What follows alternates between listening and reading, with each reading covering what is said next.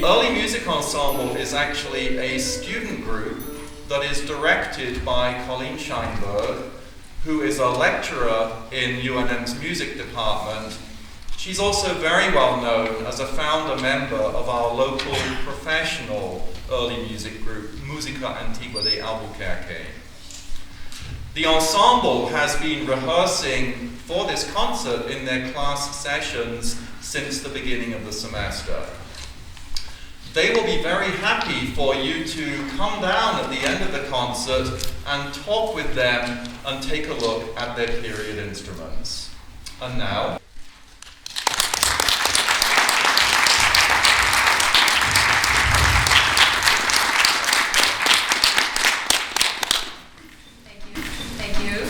can you hear me? Yes. Okay. You people up in the back row look very small to me. So, if you would like to come down, please feel free to move down while I'm talking. You might be able to see the instruments closer, and the instruments are pretty soft, actually. So for our program this afternoon, as Tim said, we'll be drawing from some of the most important musical collections of the medieval period. And the first one we've selected is the Carmina Burana, or Songs of Byron. And that's the title that's given to a 13th century collection of Latin and German poems, many with musical notation, from the Benedictine Abbey of Benedict Byron, which is south of Munich. It contains more than 200 poems, many of which are about drinking, gambling, gluttony, and the various pleasures of youth and love and springtime. So even though some of them are in Latin, it's by far from a sacred material that a lot of the songs cover. It has been suggested that the composers were Goliards, or wandering scholar poets. These Goliards could be monks who had deserted the religious life, or former students who had been unable to find employment, as many of us have experienced. And Goliards were thought to have traveled from town to town, earning money for food and lodging from their poems and songs. Their reputation for loose living and debauchery seems well-founded if we can judge from the contents of the Carmina Burana. Not all historians subscribe to this Goliard theory. Many believe that the poems were probably written by learned poets and composers who were trained at French universities, and these clerics frequently gained positions in the church or at royal courts, and they were by no means unemployed dropouts. So we're not really sure exactly who the authors were. The first song we're going to be performing is Tempus Transit Gelidum, which celebrates the coming of springtime, and the poet describes how nature is renewing itself after the cold winter, and how young women are rejoicing by dancing and singing in the outdoors. Now we're going to perform only the first two verses of the song. The translation is given in your programs. The second song, Virent Prata Niamata, also welcomes springtime, and we're going to perform this one instrumentally, but I did put a translation of the first two verses in your program. The rest of the song goes on to depict young men and women dancing in the woods, and the singers longing for one particular maiden. And as for the third selection, I have to say it's always refreshing to hear genuine early music used in the soundtracks of period films. And this is the case with Siknia Fata, which can be heard in the movie Stealing Heaven. If any of you have seen that. It was released in 1989. And the subject of the film is the story of Peter Abelard and his lover Heloise. And Abelard, who lived from 1079 to 1142, was a famed theologian and teacher at the Cathedral School of Notre Dame. And despite the fact that teachers were supposed to remain celibate, he fell in love with one of his students and had an affair. In the film, he sings this song while he's out drinking with his fellow scholars. He did not compose Siknia Fata that we know of, but the choice of the song for the film is really quite appropriate.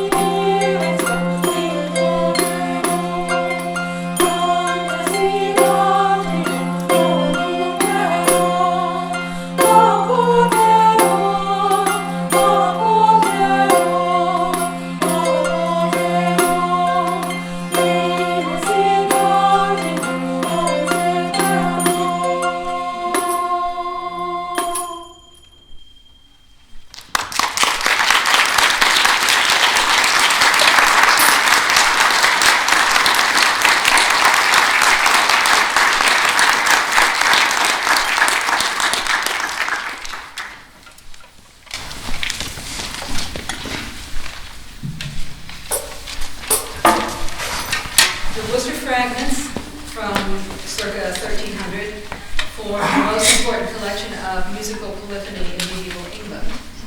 During the Middle Ages, many composers were supported by the Benedictine monastery at Worcester Cathedral, and some of the works of these anonymous composers survived on strips of parchment that became scattered and isolated from each other in the succeeding centuries.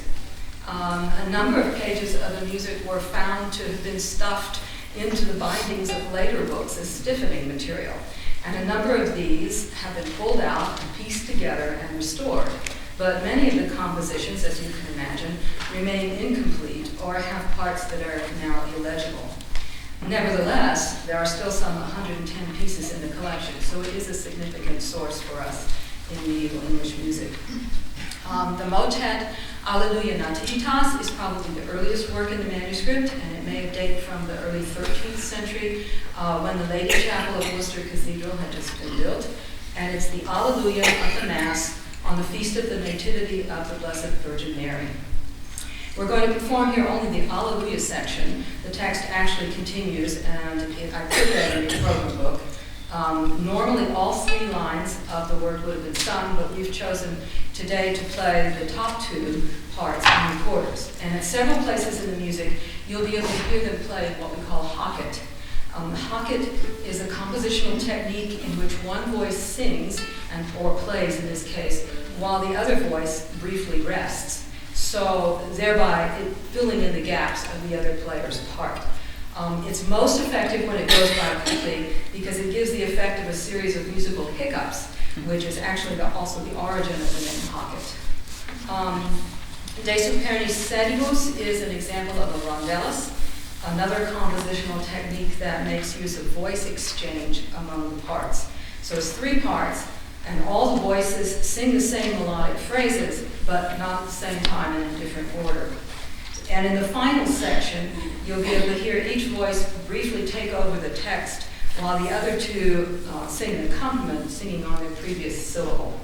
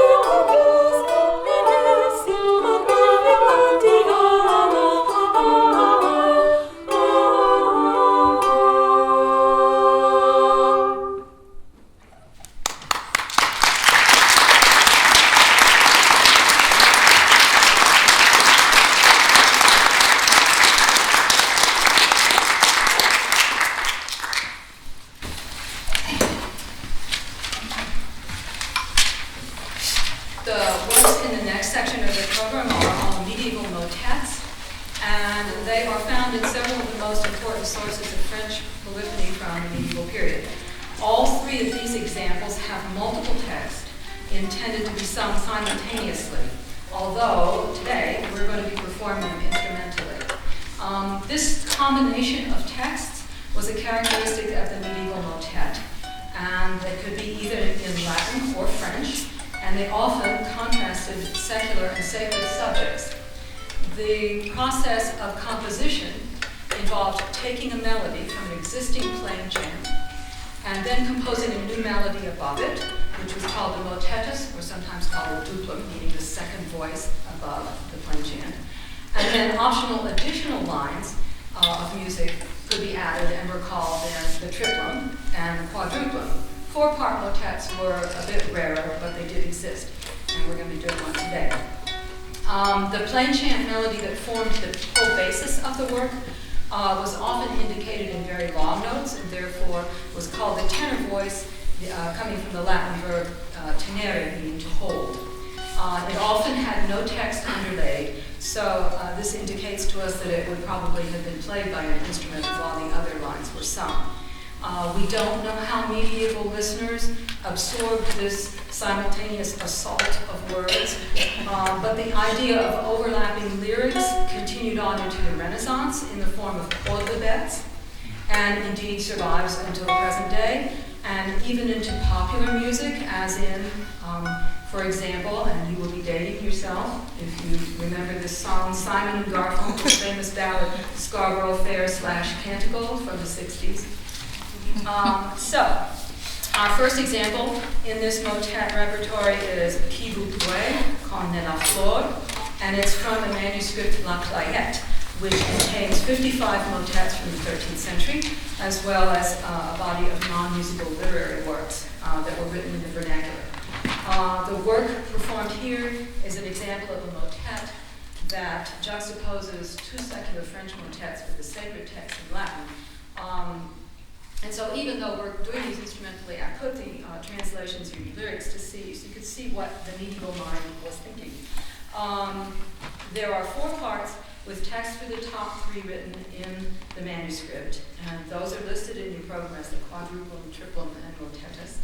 And the lower voice, the tenor, is untexted, but the chant melody begins on the word tanquam. The same motet is also found with a French text substituted for the Latin motetus in another significant manuscript of the period, the Montpellier Codex.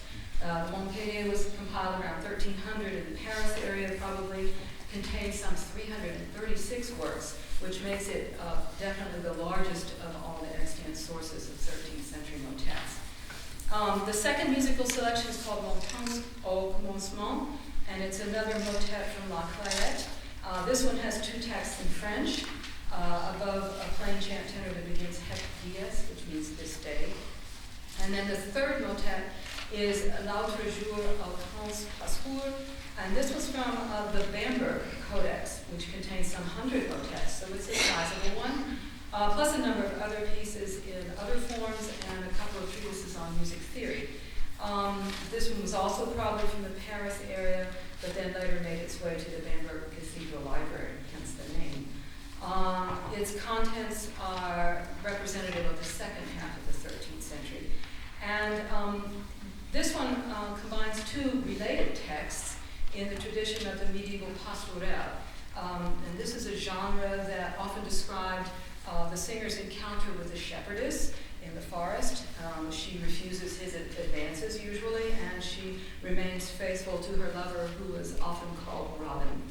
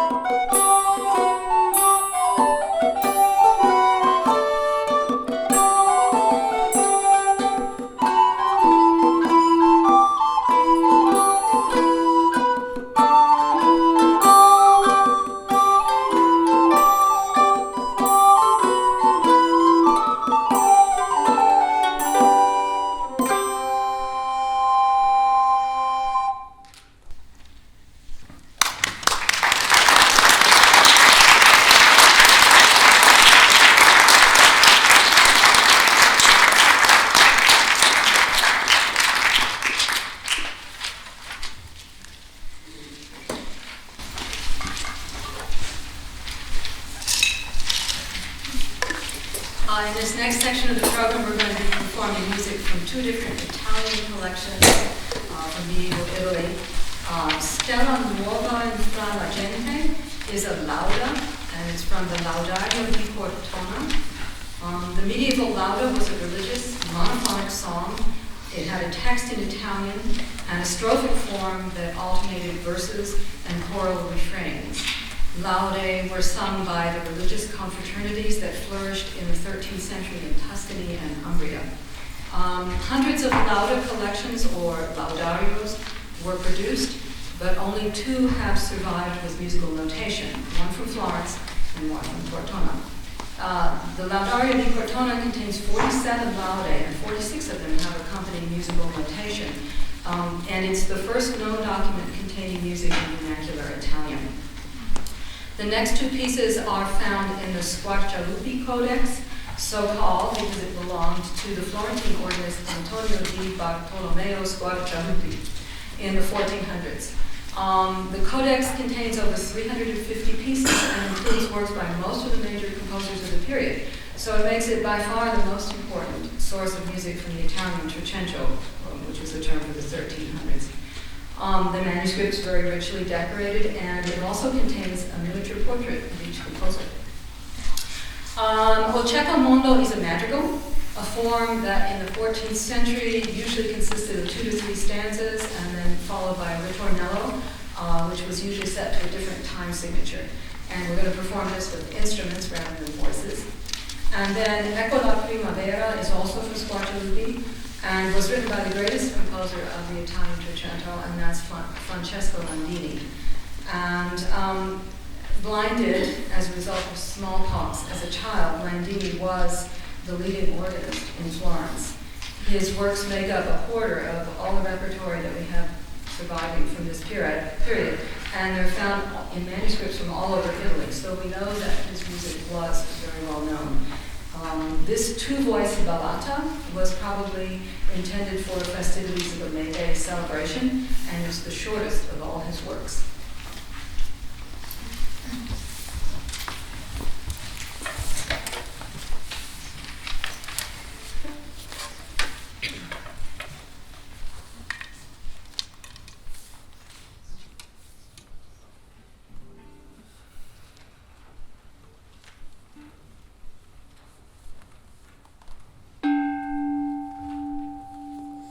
Stella nuova,